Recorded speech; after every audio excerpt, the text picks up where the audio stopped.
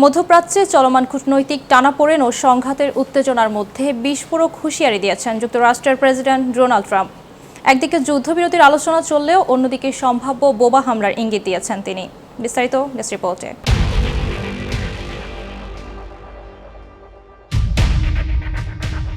মধ্যপ্রাচ্যে কূটনৈতিক আর সংঘাতের টানাপোড়েনের এই উত্তপ্ত মুহূর্তে বিস্ফোরক হুঁশিয়ারি ছুড়ে দিলেন যুক্তরাষ্ট্রের প্রেসিডেন্ট ডোনাল্ড ট্রাম্প।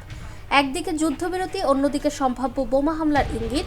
পরিস্থিতি যেন যে কোনো মুহূর্তে ভয়াবহ মোড় নিতে পারে।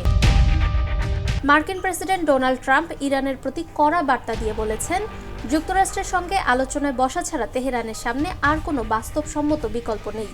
চলমান উত্তেজনা ও অস্থির পরিস্থিতির মধ্যে এই মন্তব্য নতুন করে আন্তর্জাতিক অঙ্গনে আলোচনার জন্ম দিয়েছে।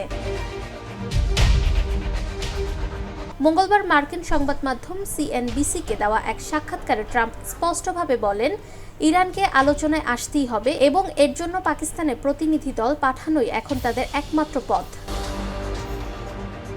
ট্রাম্প আরও বলেন, চুক্তিতে পৌঁছানোর জন্য সময় খুবই সীমিত, তবে একই সঙ্গে তিনি ইরানের জন্য একটি ইতিবাচক সম্ভাবনার কথাও তুলে ধরেন।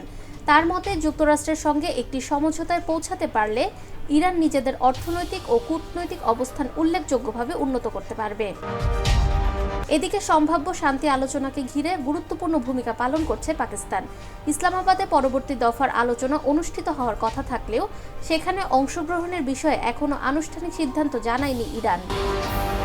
বিশ্লেষকদের মতে, ট্রাম্পের এই কড়া অবস্থান একদিকে যেমন ইরানের উপর চাপ বাড়াচ্ছে, অন্যদিকে কূটনৈতিক সমাধানের পথও সংকুচিত করে তুলতে পারে। বর্তমান পরিস্থিতিতে বিশ্ব রাজনীতি আবারও এক অনিশ্চিত মোড়ে দাঁড়িয়ে রয়েছে, যেখানে একটি সিদ্ধান্তই নির্ধারণ করতে পারে সংঘাত নাকি শান্তি।